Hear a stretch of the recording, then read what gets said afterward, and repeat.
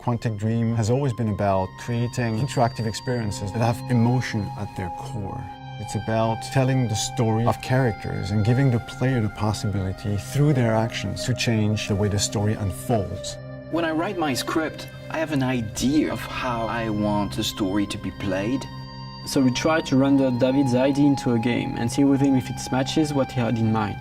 In case it doesn't, we go back to the writing stage and keep working until the result perfectly matches David's vision. What we try to do in Beyond is really an intuitive and immersive experience. So we created a very discreet user interface with only white dots on screen and very simple controls. We wanted to revisit the action system and go for something that would be more invisible and more intuitive to the player. We didn't want the interface to be a barrier. We wanted the player to focus on what he's doing on screen and not on how to do it. Ideally, the player will forget that he has a controller in his hand and will just jump into the screen. One of the major revolutions in Beyond is the way Jodie Holmes moves. Depending on the context, depending on your emotional state, you see the character of Jodie moving differently, walking differently, looking around differently. And most importantly, to give the player the feeling he's really in control of the character, he can do almost anything he wants to do. She can talk to other people, interact with objects, and also run, jump, shoot, drive a motorcycle, or even ride a horse. What was really challenging also is that the story goes on for 15 years of Jodie's life. When Jodie's a kid, for instance, you can do different things than when she's a teenager or an adult. Giving this much animation to a character, it's really new. It has never been done to that extent, and it really makes the character come alive like never before.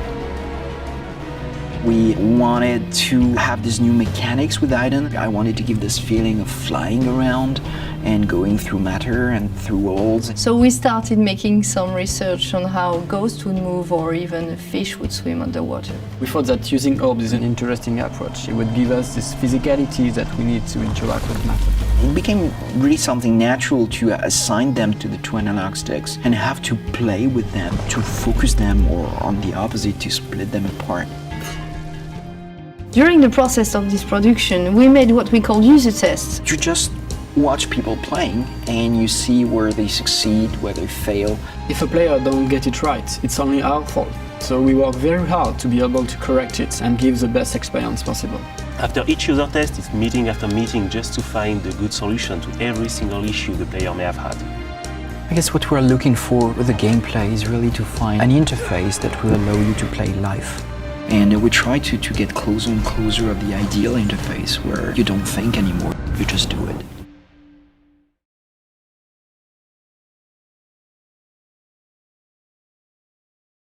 PlayStation